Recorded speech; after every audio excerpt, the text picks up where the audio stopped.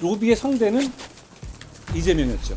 그 로비는 성공한 로비였습니까? 실패한 로비였습니까? 성공한 로비였죠. 그리고 그 재판부도 판결에서 김인섭 로비스트가 이재명 대표와의 특별한 관계라는 점을 인정했어요. 자, 이런 상황이어서 그러면 정상적인 어떤 판단하는 법조인이라면 누구나 이재명 대표가 김인섭 로비스트보다 더 중한 형을 선고받을 가능성이 높아졌구나라고 판단할 겁니다. 제가 다시 한번 여러분들과 공개적으로 이재명 대표께 묻겠습니다. 김인섭 재판의 내용에 대해서 본인 설명해야 되는 거 아닙니까? 자기가 한 행동은 자기가 답하는 게 국룰 아니에요? 이렇게 도망가 다닐 거면 정치하지 말란 말씀드립니다.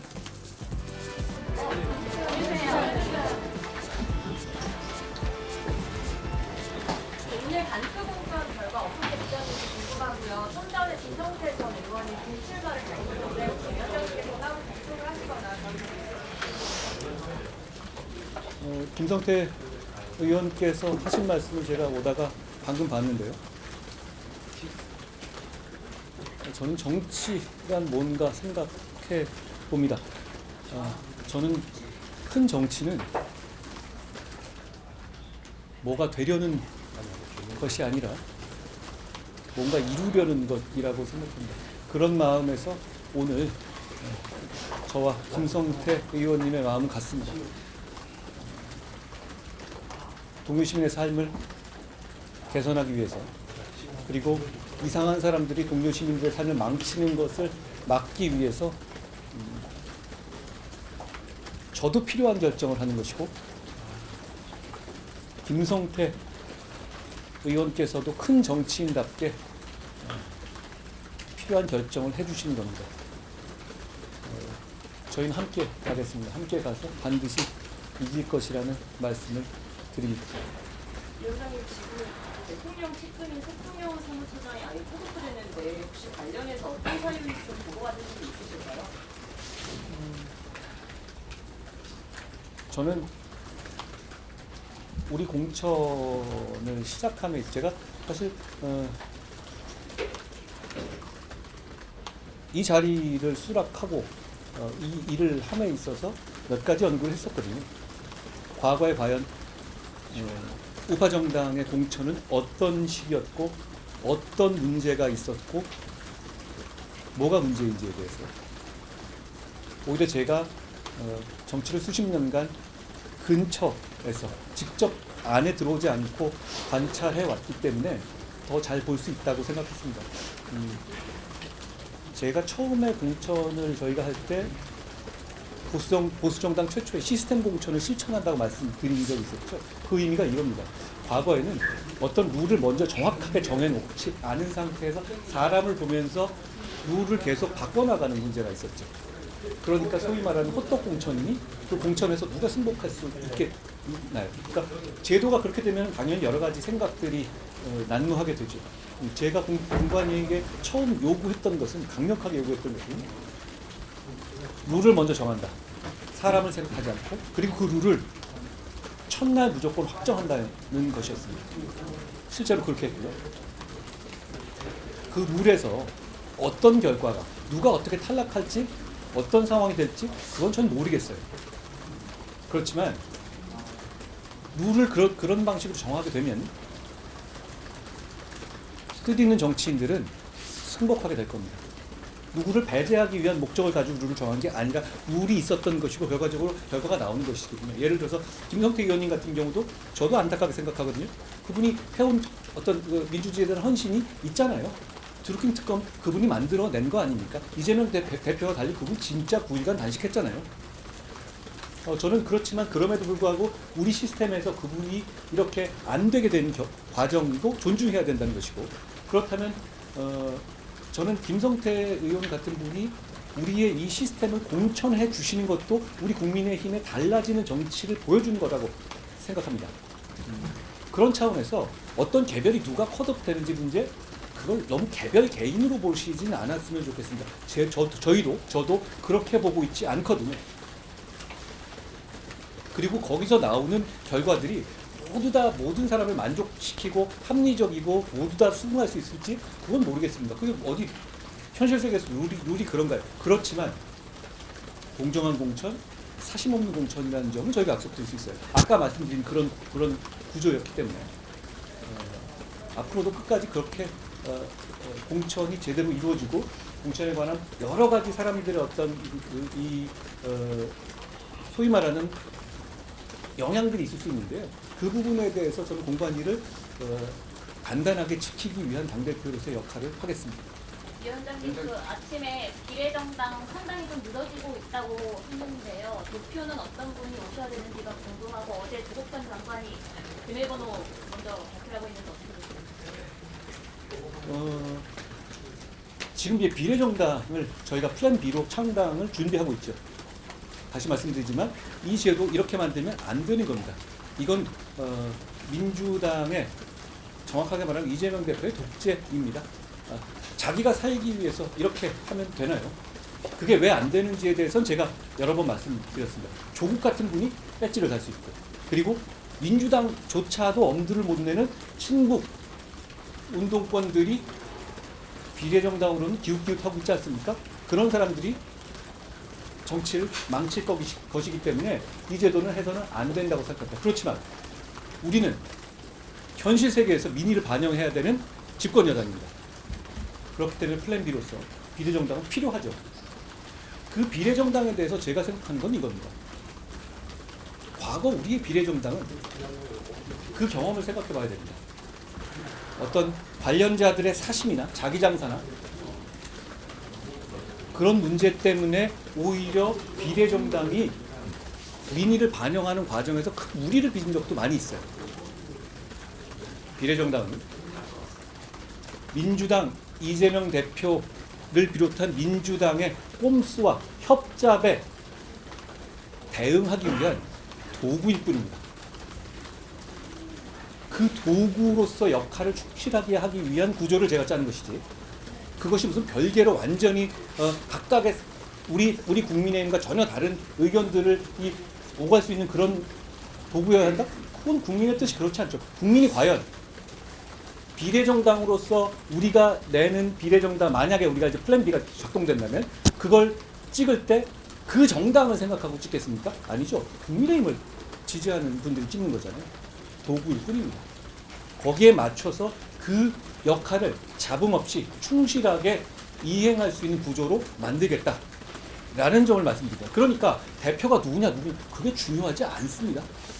그 대표가 그러면 갑자기 튀어나와서 새로운 정강정책을 발표한다? 그런 정당을 원하세요? 그렇지 않죠. 국민들도 그걸 원하지 않습니다. 그 정당은 제가 이끄는 국민의힘의 선거에 있어서의 후보와 전략을 잡음 없이 이행할 수 있는 도구일 뿐입니다. 그 말씀드리고, 아까 조국 말씀하셨죠. 제가 조국 전 장관에게 굳이 대꾸할 필요가 있는지는 모르겠어요. 제가 어저께 얘기했던 것도 조국 전 장관에 대한 얘기가 아니라 조국 전 장관을 배지 달게 만드는 이재명 대표에 대한 얘기였다는 점을 말씀드립니다. 그리고 비밀번호를 얘기하는데요. 지금 그 사안 있지 않습니까? 소위 말하는 검언 유착? 그 본질은 뭐였습니까? 권력과 일부 언론이 권언 유착을 해서 조국 수사를 했던 저에게 보복하기 위해 했던 공작 아니었습니까? 본질은 그거였죠. 저의 개인 의견이 아닙니다. 저에 대해서 문재인 정부의 수사심의위원회가 무혐의를 결정했고요. 문재인 정부의 검찰이 무혐의를 결정했습니다. 자그마치 9번, 10번이었죠.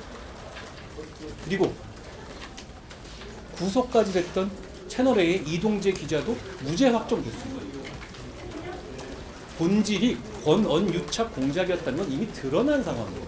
그런데도 창피함을 모르고 아직도 그런 얘기하는 걸 한심하게 생각합니다. 이참에 말씀드리면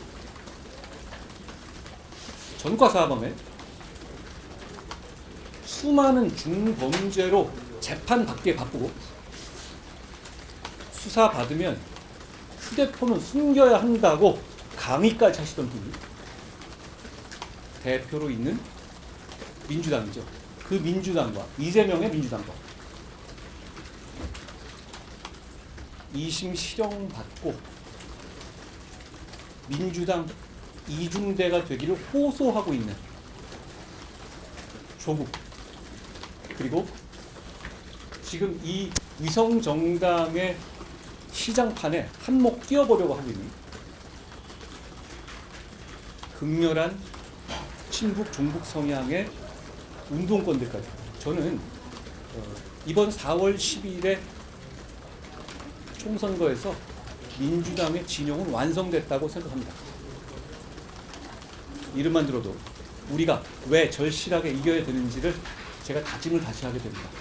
열심히 해서 꼭 이기겠다는 말씀을 드립니다. 몇 가지 있습니다. 이게 있습니다. 공천에서 배제된 인사들이 개혁 신당으로 움직이는 타진하는 움직임입니다. 이거 어떻게 보고 보시는지 궁금하고요. 그런 정도의 공공성과 그런 정도의 정치 마인드를 가진 분이라면 가시라고 말씀드리고 싶습니다. 이준석 대표가 한동훈 위원장 입장에서 양도구역의 역할을 하고 있다 이렇게 표현했는데 저한테 이렇게 어그로 끌어들려고 이렇게 여러 가지 했던 말 또 하는 분들은 워낙 많잖아요. 그러니까 저는 특별히 말씀드리지 않겠습니다. 위원장님 유동규 전 본부장 인천 계약을 정민아, 마이크 좀 떼. 어떻게 보시는지. 국민의힘으로 출마하시는 것은 아닌 것 같아서요. 제가 특별히 뭐 평가할 문제는 아닙니다만 그만큼 지금 이렇게 여러 개의 재판을 받고 있고 정말로 많은 이런 문제가 있는 분이 민주당을 완벽하게 장악하고 있고 또 거기 출마한다는 것에 대해서 이게 굉장히 우스꽝스러운 상황이거든요. 그러니까 그런 평소에는 생각하지 못했던 상황들이 자주 발생하는 것 같습니다. 그건 유동규의 책임이 아니라 이재명의 책임입니다. 위원장님 사전 투표 말씀드릴게요. 사전 투표를 민주당이 전에 사전 투표 불면 여당에 불리하기 때문에 이걸 다시 꺼내는 건 아니냐. 선거 공보를 위한 포석 아니냐 이 지적 나오는데 어떻게 보실까요?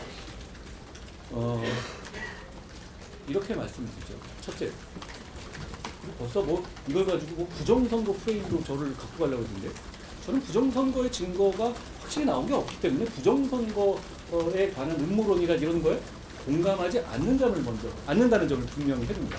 다만 선거는 결과뿐 아니라 절차도 본질입니다. 민주주의의 핵심적인 민주주의를 구현하는 절차 수준을 넘어서서 민주주의를 자체를 이루는 것이 본질 중에 하나가 선거죠. 그 선거에 대해서 공정함과 공정하게 관리되어야 한다는 국민들의 눈높이, 그 기대는 대단히 높아요. 그러니까 선거 관리를 엄정하게 해야 한다는 주장은 절대로 폄하될 수 없는 주장이라는 점을 말씀드립니다. 그런데 제가 말씀드리는 내용은 이거죠. 법에 나오는 대로 날인을 하자는 것이고, 그리고 그게 과연 그동안 안 해오던 게 아니라 본투표에선 다 해오던 것이잖아요. 사전투표가 본투표보다 그 한 표의 가치가 낮습니까? 그렇지 않죠. 다 같은 한 표죠. 그러면 본투표에서 이미 하고 있는 방식, 그리고 법에 명확하게 나와 있는 방식으로 하자는 것이 무리한 주장입니까? 아니, 저는 그거에 대해서 민주당이 오케이 그렇게 하자 이렇게 나올 줄 알았어요. 그런데 오히려 왜 그러는지가 이상한데요. 다시 말씀드립니다만 선거 관리를 엄정하게 하자라는 주장이 마치 그래? 너 부정선거 뭐 음모론자야? 이런 식으로 억지 공격을 할 만한 수준의 얘기가 아니라는 점입니다. 선거 관리를 엄정하게, 왜냐하면 지난번 대선에서도 보면 소쿠리 선거 문제도 있었고 그 이후에 국정원에서 해킹 가능성도 여러 가지 문제가 생겼잖아요. 대한민국은 어떤 나라입니까? 문제가 생기면 해결해온 나라거든요. 왜 문제를 해결하지 않으려고 하죠? 그리고 문제를 해결할 방법이 명확하잖아요. 그 도장을 왜 안 찍으려고 하는 건지 오히려 묻고 싶습니다. 그리고 보통 이렇게까지 나오면 귀찮아서 찍을게 이러지 않을까요? 지금 행안부라든가 지자체에서 인원까지 대준다고 하고 있잖아요. 그거 왜 안 찍죠? 저는 그냥 저 같으면 찍을 것 같은데요. 그게 정말 문제 있어서 그걸로 선거를 제대로 못할 거라면 본투표도 지장이 있었겠죠. 본투표는 이미 그렇게 하고 있잖아요. 자, 이 문제는 그 내용을 봐주시라는 말씀을 드립니다. 선거에 대해서 더 엄정하게 관리할수록 민주주의의 질은 높아지는 겁니다. 저는 그 말씀을 드린 거예요. 위원장님, 어제 김인석 대표 징역 5년이 나왔는데 어떻게 보세요? 김인섭 씨는 백현동 로비스트죠. 그리고 그 로비의 대상은 누굽니까? 이재명 당시 경기도지사죠. 성남시장이었나요? 하도 많아서 헷갈리네요. 자, 그 로비의 상대는 이재명이었죠. 그 로비는 성공한 로비였습니까? 실패한 로비였습니까? 성공한 로비였죠. 그렇죠? 그리고 그 재판부도 판결에서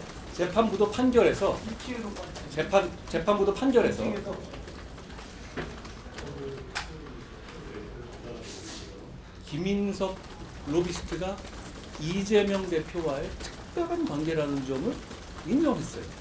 자, 이런 상황이어서 그러면 정상적인 어떤 판단을 하는 법조인이라면 누구나 이재명 대표가 김인섭 로비스트보다 더 중한 형을 선고받을 가능성이 높아졌구나라고 판단할 겁니다. 많은 분들이 그렇게 생각하실 것 같은데, 그런데 저는 그 질문은 제가 아니라 이재명 대표한테 해야 된다고 생각해요. 제가 아침에 오늘 오다가 보니까 폰을 이렇게 차에서 보다 보니까 이재명 대표가 거기에 대해서 질문을 받았다는 얘기를 한 번도 듣지 못했어요. 어제 선고가 났는데요. 그런 무시무시한 판결이 났잖아요. 그렇죠? 자기가 등장하는 판결. 그리고 오늘도 뭐 최고위 같은 데서 뭐 져놓고 좀 하하거리면서 웃기만 하시면서 실제로 그 답은 안 하시던데, 그러려면 정치는 왜 합니까? 그렇게 도망다니면서 자기가 직접적으로 문제되는 거에 대한 답을 안 할 거면 정치는 왜 하는 거예요? 전 그거 묻고 싶습니다. 제가 다시 한번 여러분들과 또 공개적으로 이재명 대표께 묻겠습니다. 김인섭 재판의 내용에 대해서 본인 설명해야 되는 거 아닙니까?